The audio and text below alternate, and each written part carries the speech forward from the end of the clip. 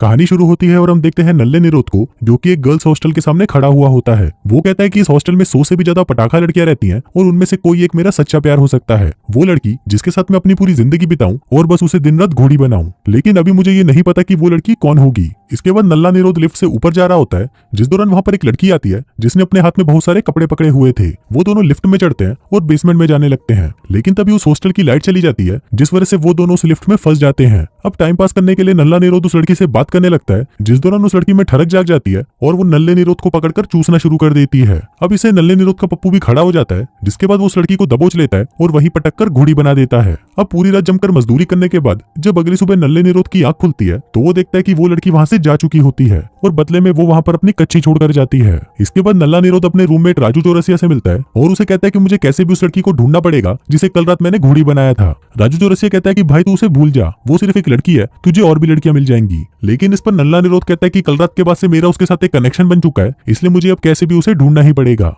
तभी राजू चौरसिया कहता है कि फिर तो तुम इस कच्ची से मिलती जुलती ब्रा ढूंढ लो, क्योंकि अगर तुम्हें वो ब्रा मिल गई तो वो लड़की भी मिल जाएगी। अब नल्ले निरोध को उसका ये आइडिया बहुत पसंद आता है, जिसके बाद वो चुपके से गर्ल्स हॉस्टल में चूहों से भरा हुआ बैग फेंक देता है, जिस वजह से वो चूहे हॉस्टल में चारों तरफ फैल जाते हैं और लड़कियां उनको देखकर घबरा जाती हैं। तभी नल्ला निरोध एक नकली मेंटेनेंस वाला बनकर उनके हॉस्टल में आता है और कहता है कि मुझे यहाँ पर चूहों को भगाने के लिए बुलाया गया है। अब क्योंकि नल्ले निरोध को हॉस्टल के अंदर जाने की परमिशन मिल जाती है, इसलिए वो एक एक करके सभी लड़कियों के रूम में जाता है और उनकी ब्रा निकालकर उनसे उस कच्ची को मैच करने लगता है। अब नल्ला निरोध लगभग हर लड़की की ब्रा और कच्ची देख चुका था, लेकिन उसे उस लिफ्ट वाली लड़की की ब्रा नहीं मिलती। फिर थक हार कर जब वो वहां से जा रहा होता है, तभी वो वहां पर एक लड़की और उसके बॉयफ्रेंड को देखता है, जो उस लड़की की गुफा में घुसने की कोशिश कर रहा था। लेकिन उस लड़की का भी अपनी पिंकी पिटवाने का मन नहीं था, तो वो उसे मना करने लगती है। लेकिन उसका बॉयफ्रेंड, जिसका नाम तात्या बिच्छू होता है, वो उसकी बात नहीं मानता और उसके साथ जबरदस्ती करने की कोशिश करने लगता है। तभी ये देखकर नल्ला निरोध अंदर आ जाता है और उसे कहता है कि भूसड़ी के इस लड़की से दूर रह। वो कहता है कि मैं तुझे अच्छे से जानता हूँ, तू वो आदमी है जो लड़कियों की तरह मेकअप करता है और टोनी कक्कड़ के गानों पर रील्स बनाता है, मतलब तू आदमी नहीं छक्का है छक्का।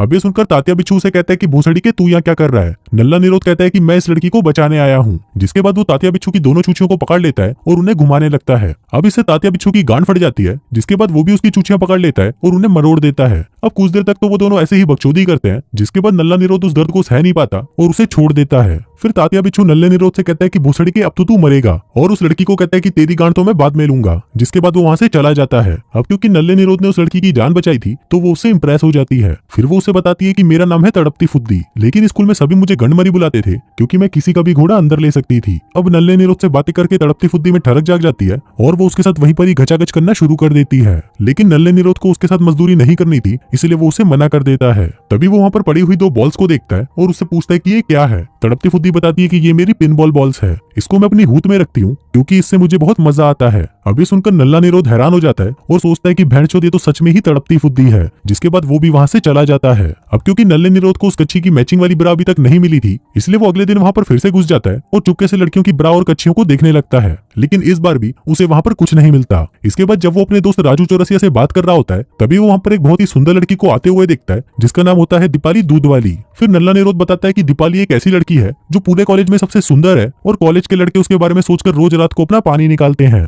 फिर दीपाली नल्ले निरोध के पास आती है और उसे कहती है कि तुम ही वो मेंटेनेंस वाले हो ना, क्योंकि मुझे तुम्हारी मदद की जरूरत है। अब क्योंकि दीपाली बिल्कुल पटाखा लग रही थी, तो उसके सामने नल्ले निरोध की बोलती बंद हो जाती है और वो सिर्फ उसकी चूचियों को ही घूरता रहता है। इसके बाद जब नल्ला निरोध वहां पर टीवी ठीक कर रहा था, तभी वहां पर एक लड़की खुशबूदार भोसड़ी आती है और सभी से पूछने लगती है कि क्या कोई मेरे साथ फुटबॉल का मैच खेलेगा, लेकिन सभी उसे मना कर देते हैं। तभी खुशबूदार भोसड़ी निरोध से पूछती है कि क्या तुम मेरे साथ खेलोगे। अब क्योंकि उसके पास और कोई ऑप्शन नहीं था, इसलिए वो उसे हाँ बोल देता है। फिर गेम शुरू होने से पहले खुशबूदार भोसड़ी कहती है कि जो भी प्लेयर गोल करेगा तो सामने वाले प्लेयर को अपना एक कपड़ा उतारना पड़ेगा। अब ये सुनकर नल्ला निरोध खुश हो जाता है और उसे कहता है कि फिर तो तुम अपनी चूचियां दिखाने के लिए तैयार हो जाओ। अब गेम शुरू होता है, लेकिन नल्ले निरोध को पता नहीं था कि खुशबूदार भोसड़ी एक प्रो प्लेयर है, इसलिए वो गेम हार जाता है और एक एक करके अपने सारे कपड़े उतार देता है। लेकिन आखिर में जब वो अपना कच्छा उतारता है, तो उसका इतना बड़ा घोड़ा देखकर सभी लड़कियां हैरान हो जाती हैं और सोचने लगती है कि अगर इतना बड़ा एनाकोंडा हमारे अंदर घुसा तो मजा ही आ जाएगा। जिसके बाद से वो उसके एनाकोंडा की दीवानी हो जाती है। अब नल्ले निरोध को अभी भी वो लड़की नहीं मिली थी, इसलिए वो अगले दिन से टेलीस्कोप की मदद से सभी लड़कियों की खिड़की में झांकने लगता है, ताकि वो उन्हें कपड़े बदलते देख सके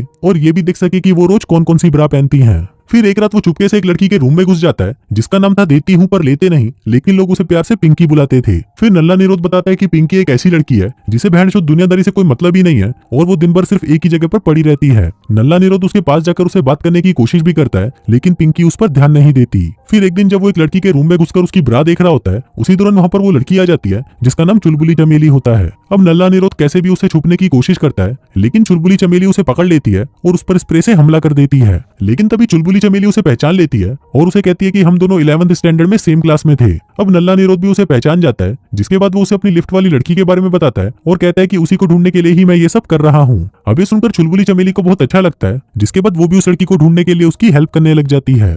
अब काफी लड़कियों की ब्रा और कच्चियां चेक करने के बाद नल्ले निरोध को फाइनली वो कच्ची मिल जाती है और वो उस ब्रा के साथ भी मैच हो रही थी। अभी देखकर नल्ला निरोध खुश हो जाता है और वहीं बैठकर उस कच्ची वाली लड़की का वेट करने लगता है। फिर कुछ देर बाद वहां पर वो लड़की भी आ जाती है, जिसको देखकर नल्ला निरोध खुश हो जाता है और उससे अपने प्यार का इजहार करने लगता है। लेकिन तभी वो लड़की उसे कहती है कि मैं वो लड़की नहीं हूँ जिसे तुमने लिफ्ट में घोड़ी बनाया था।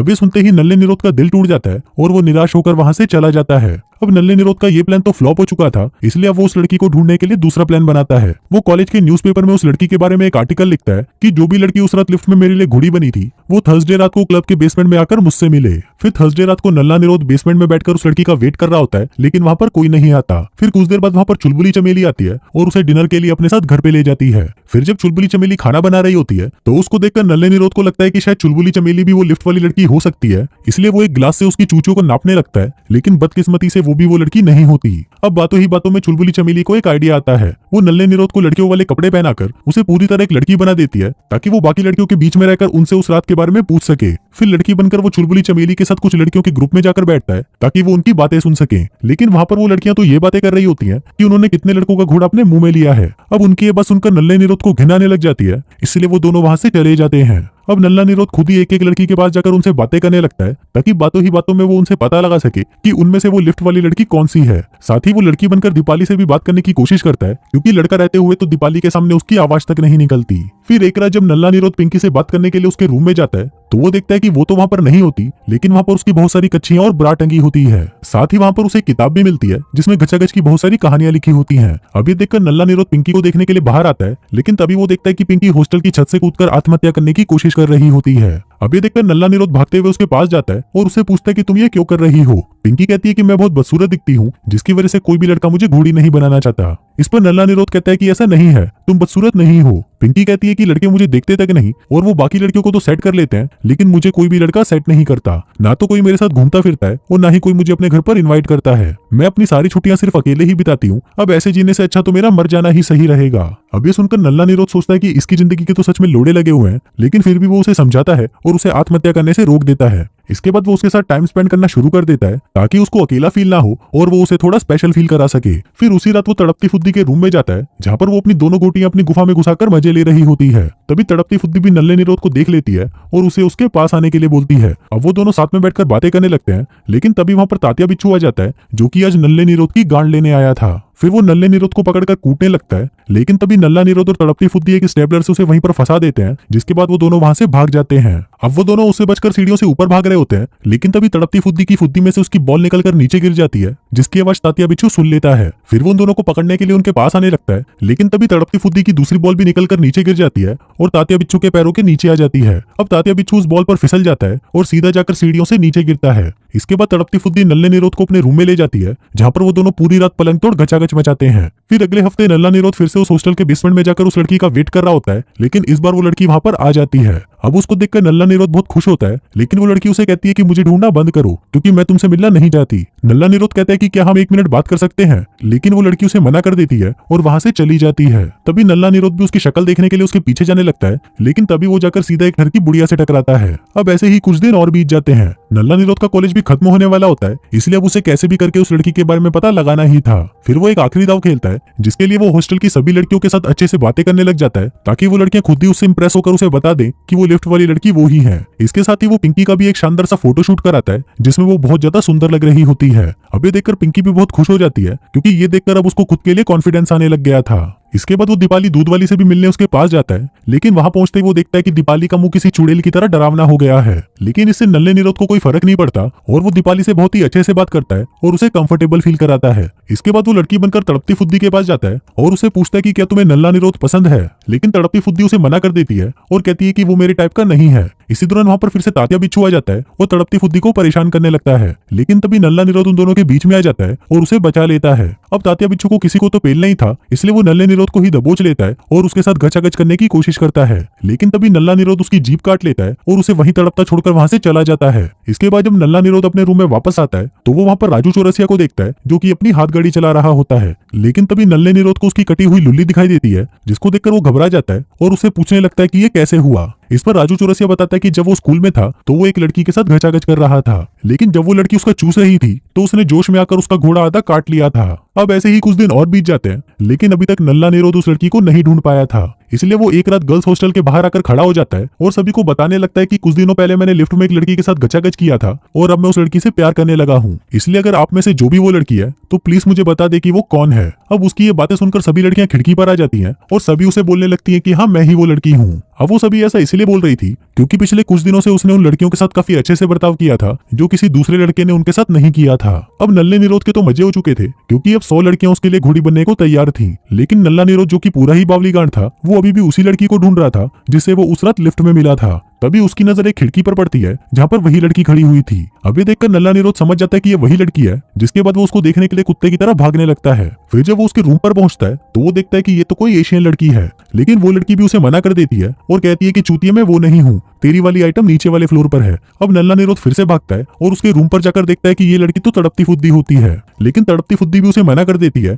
और कहती है कि मैं वो लड़की नहीं हूँ क्योंकि तुम मुझसे प्यार नहीं करते। नल्ला निरोध कहता है कि नहीं डार्लिंग, मैं तुमसे ही प्यार करता हूँ। तड़पती फुद्दी कहती है कि मैंने बहुत कोशिश की कि तुम मुझसे प्यार करो, लेकिन तुम तो दूसरी लड़कियों को भी घोड़ी बनाने के बारे में सोचते रहते थे, इसलिए यहाँ से चले जाओ। अब ये सुनकर नल्ले निरोध का दिल टूट जाता है और वो वहां से चला जाता है। फिर कुछ दिनों बाद हम देखते हैं कि उन सभी का कॉलेज खत्म हो जाता है और वो सभी अपना सामान पैक करके वहां से जा रहे होते हैं। फिर जाने से पहले नल्ला निरोध चुलबुली चमेली से मिलता है जो उसे कहती है कि मुझे लड़कियां पसंद है और ये मैंने अभी तक किसी को नहीं बताया, मैंने ये सिर्फ तुम्हें ही बताया है क्योंकि तुम ही मेरी हेल्प कर सकते हो मेरी जैसी दूसरी ढूंढने में। जिसके बाद हम देखते हैं कि वो चुलबुली चमेली को बदबूदार भोसड़ी से मिलवा देता है क्योंकि वो भी उसी की तरह ही थी।